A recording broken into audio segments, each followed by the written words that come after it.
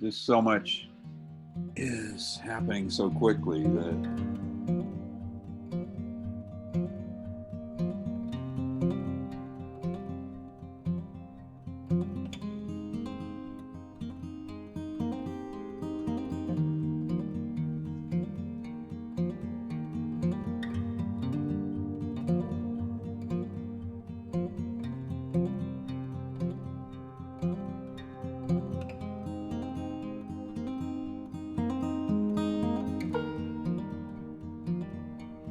for me, a beginning, middle, end is never easy.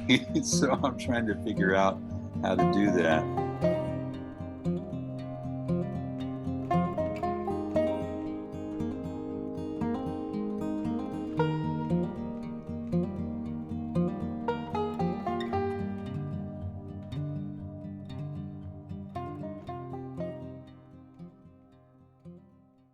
Yeah, one of the true storytelling processes that we're developing in our certificate program, where you learn the basic ethics of true storytelling.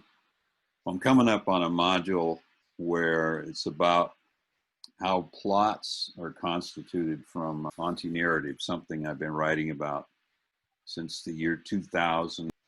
And I started working on this notion of anti-narrative, ante, A-N-T-E, meaning the before and the bet. That's all I knew about it in the year 2000. So since then, it's got more ideas to it. So let me walk you through a storyboard that I'm trying to get to a point where people can understand what you need to constitute a narrative and to have a plot, a beginning, middle, end.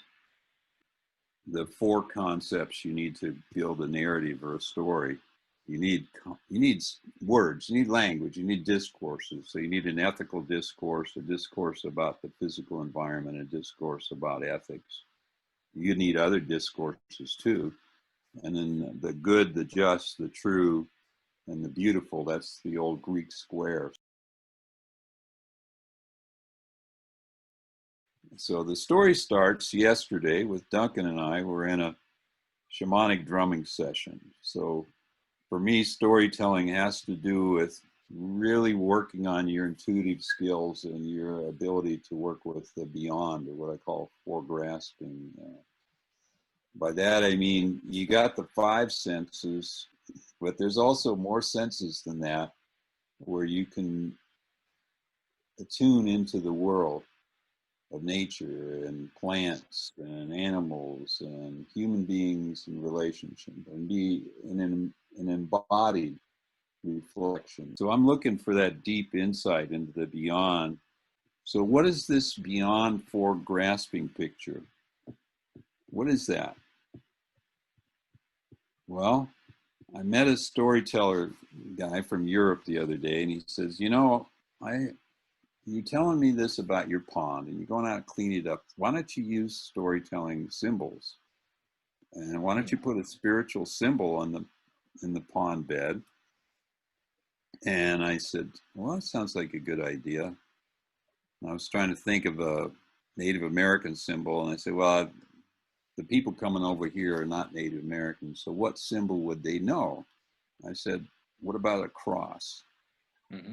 So I put a cross in the middle of the pond bed, and that's the last bit of trash that I picked up that day when I put the cross there. Well, it's now been day number 1, day number 2, day number 3, day number 4. Now day number 5, I went out this morning, no litter, no dumping, no trash. And that's the last trash pile I picked up. Walking into the desert every day for 15 years where I live, caring for this pond. The before is a whole situation of people burning tires and having their plastic water bottles being burned and burn pits in the middle of the pond. So it's easy to come and have a drunken rave party and burn everything because you're bored at home with COVID. It takes a few moments to trash an environment, That's the before, is all the burning and trashing and polluting. And so that's the before, that's the history. That's what I'm walking into. So we're in an arid desert. You get 10 inches of rain a year. You get it mostly in a month or so coming up. And so the forecaring, you want to get as much cleaned up as you can. Only about a month a year doesn't have any water in it. It's what's called an ephemeral pond. It's ephemeral because it doesn't have water all year. It's an ephemeral phenomenon where everything has to come together. The sun, the earth, the air, the water, all have to converge to have that pond happen. In the middle here, I'm dealing with all kinds of ways for carrying. That's my pickup truck, and I'm hauling stuff out of that pond when it's dry. Loads and loads of furniture that would be burned if I didn't haul it out, pallets that come in the morning for the parties that are going to be burning them at night, and the tires that burn, etc. So I'd haul as much stuff out as I can. And for a while, it was every day hauling it out. And that's what this story is going to be about. My feet would get full of soot, even through the boots. My body, my fingernails are still full of soot. I'm breathing in, and I got to use a neti pot up my nose. Even if you have a mask, I wear a mask, and it's still, that's how polluting it is. It took me 40 hours of work, 4, 5, 6 hours a day to get it out. And then the next day, you would see another burn pile back, and it's be smaller because it hadn't accumulated. And I would dig it out again, take it in a pickup truck, go to the dump. You got melted glass, melted tire rubber, melted plastic. The pallets have nails and bolts in them and cross pieces of iron.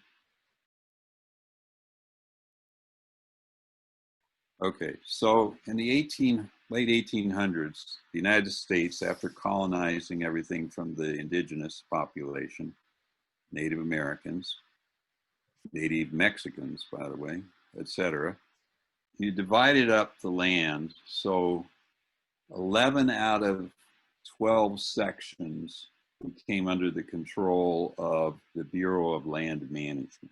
The 11 out of 12 sections, and this is a revelation to me because I always thought like government was to protect the public and all the rest of that. No, it's not about that. It's about profit.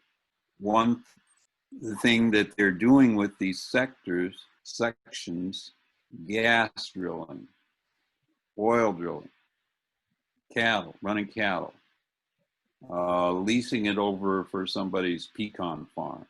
They're leasing it for mining.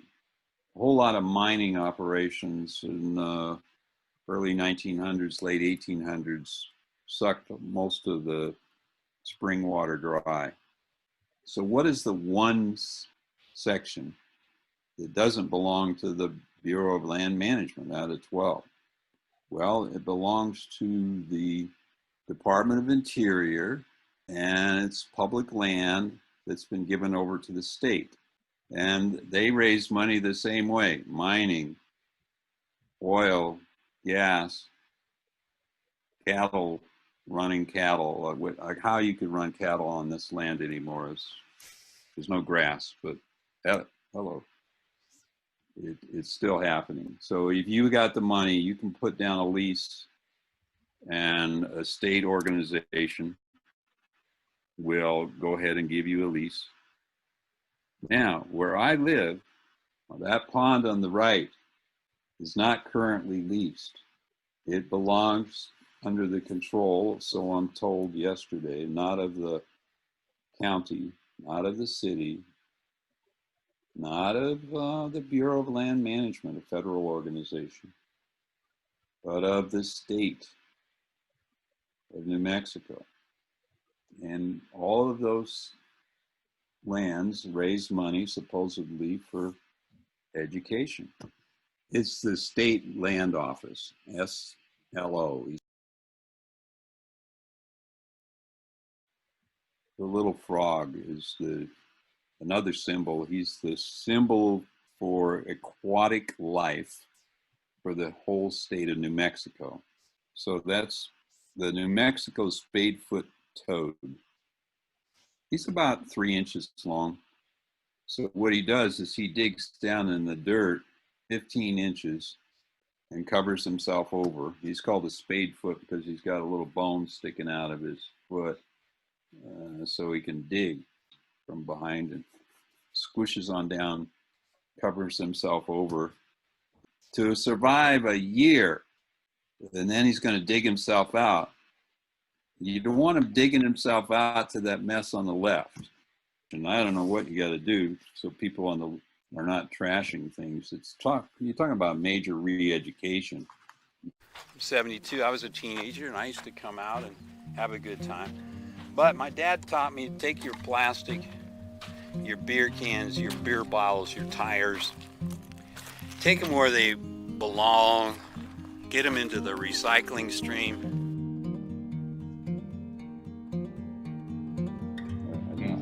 I really believe that the sacred and the scientific need to be brought together in a better way. That's kind of what's underlying all of this. The 4 concepts you need to build a narrative or a story. You need words, you need language, you need discourses. So you need an ethical discourse, a discourse about the physical environment, a discourse about ethics. You need other discourses too.